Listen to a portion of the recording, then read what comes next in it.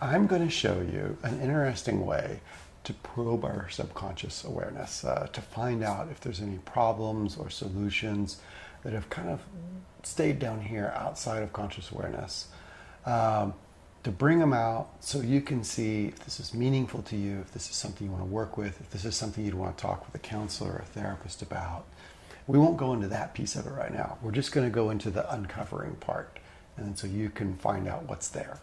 And what I've got here is pieces of paper and a pencil. I'm going to have you write as quickly as you can any word that comes to mind. And it's really supposed to be random and spontaneous, so you don't need to think about it. And we'll just set them aside, and I'll tell you when you've written enough words. Okay. So just let your hand automatically just start writing things. Okay. Let your mind be blank.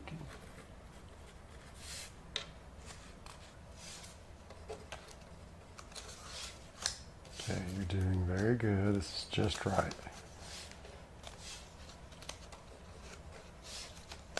That'll be 25 right there. We'll work with that number. You can write one more word. Okay. Now, we've got 25 words to work with. Some of these are going to be much more meaningful than others. And our next task is to figure out which one of these words have emotional significance to you.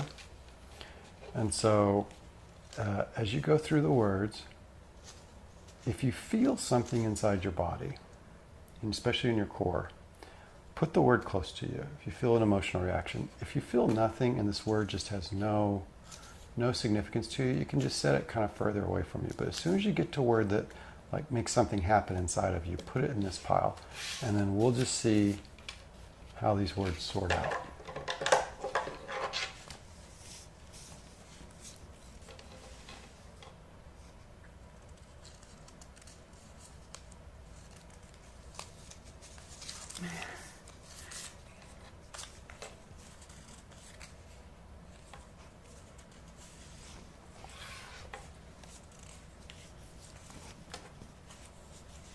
Okay, and then separate out the words that don't really mean much to you so I can see which ones those are.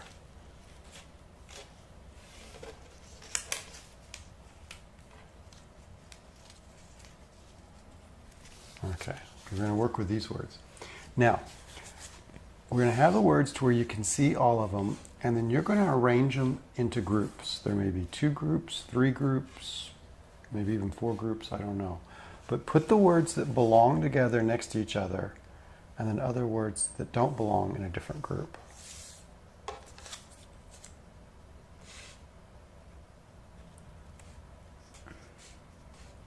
I'm indecisive on that one. You're not sure which one that belongs to. Okay. It's either it's in between. Yeah, and it may belong to both. Okay. Do you think? Yeah. Can you probably. tell? Yeah. Let's do a second one. We'll write the same word on there. Okay. And you can use it in both groups. Okay. Now, let's put these words in order. Doesn't matter if you want to read them from top down or if you want to read them left to right, but whatever. Like you're doing a sentence, put the words at the start that are at the beginning and the ones at the end so they're in the right sequence. Make a sentence out of them? Yeah, here's one sentence, here's another one, here's another one. Okay, that way. And you just pick whichever one you want to work with first, where you're kind of seeing a sentence appear to you.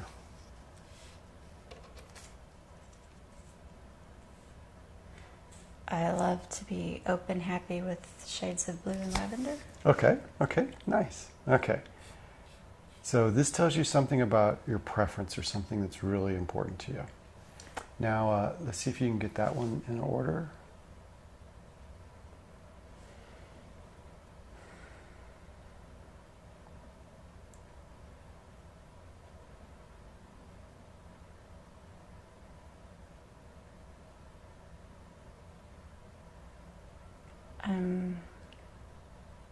Sometimes nervous or feel anxious about.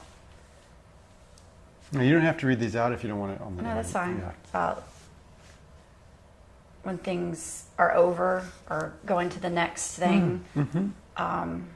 And red's kind of a color that could go either way for me too, that I'm not real sure of if it's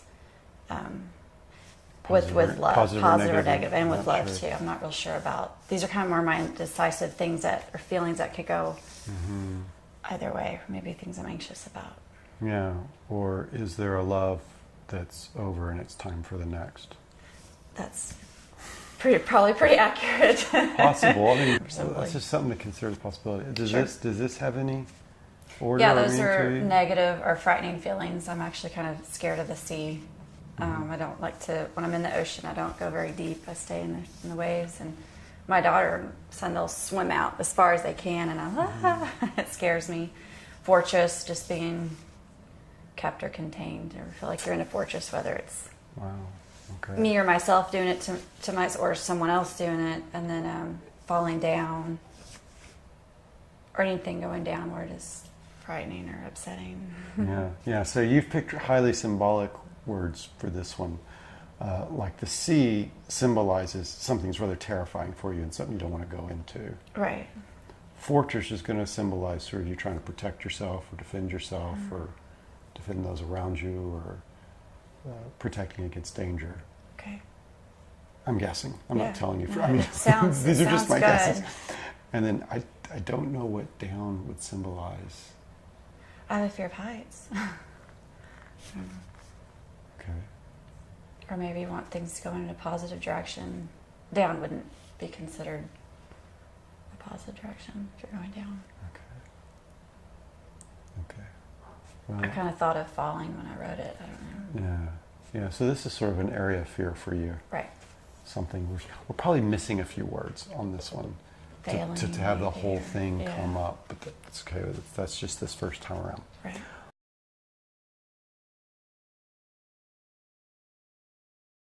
Of the ones that, let's say we were trying to figure out a problem, and then you and I were going to work on a problem that was powerful for you. Which of these would you say is one that would like symbolize it or kind of brings it up to awareness best for you? What might be kind of a deep problem, something to work on, something you'd want to search for a solution for or know about some answers? Well, Just thinking about how I chose to divide these up, I'd say indecisiveness and fear would be two issues. Okay, and this group is indecisive and this group is fear. This one, I kind of suggested a possible what this could represent, indecisiveness with love, or coming or going in love. And this one with fear wasn't quite clear what that might be. If we were to look for an answer, which of these is most developed in your mind that you could like figure out, that oh, this is the answer to this problem? We need to figure out which one to work with. Choose over indecisiveness or fear, or Yeah, like which stack do you want to work with? first? I guess the fear is. Okay. All right, so we'll move this one aside. Although I'm second guessing, because making decisions is very important, and clearly I have an issue with making seem decisions. a little indecisive. Well, and also this one seems to be a little kind of like red hot, like you're not sure you want to touch it. Yeah. And usually, even though we hesitate, because we naturally move away from things that cause us uncomfort or distress, it's Right. instinctual to move away from discomfort. Okay. So This one seems to be a little more uncomfortable for you, and so it's probably a little more meaningful. Okay. All right. So we've got the word over, next, red, love. Just like you did before, without thinking, you're going to write a word, but you're going to flip it over, write a word, flip it over, write a word, flip it over, write a word. So on the back side, flip these over and write a word. First thing that comes to mind.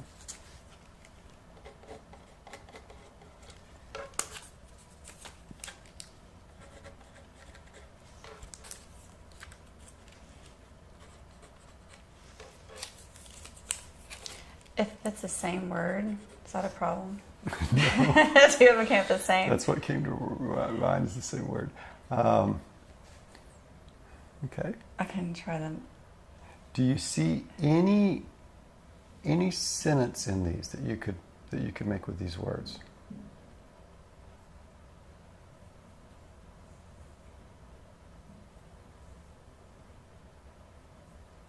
Of course, this one has a double meaning. Mm-hmm. We have dear, like an animal, but you wrote dear like sweetheart.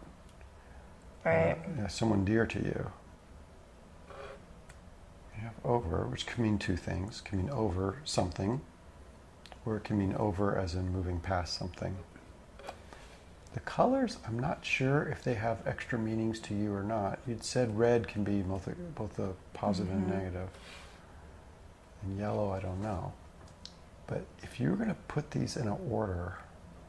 I don't know why those words were sticking. Because usually, if you write something or whatever, you let it go, but it was like those words were sticking, so it came back. Let's see what we have. We've got over, yellow. We've got next, dear. We got red, over. We got love, red.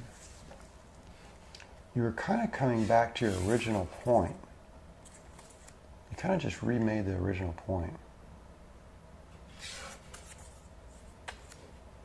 Look.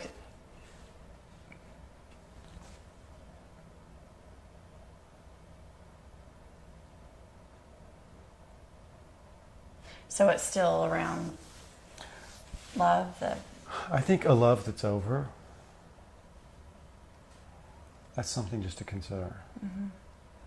Especially since we saw over twice, we see red twice. Mm-hmm. Here we have dear, which affection, fondness. Mm-hmm. I really don't know what yellow is, but... Yeah, I thought of my daughter, which is odd. Her favorite color is... My youngest daughter, her favorite color is yellow, and... Well, but also... What's happening that's a big thing in your life right now? We're moving and leaving the life that we know to a life that we don't know. And that's the color she's wanting to do her new room. Yeah.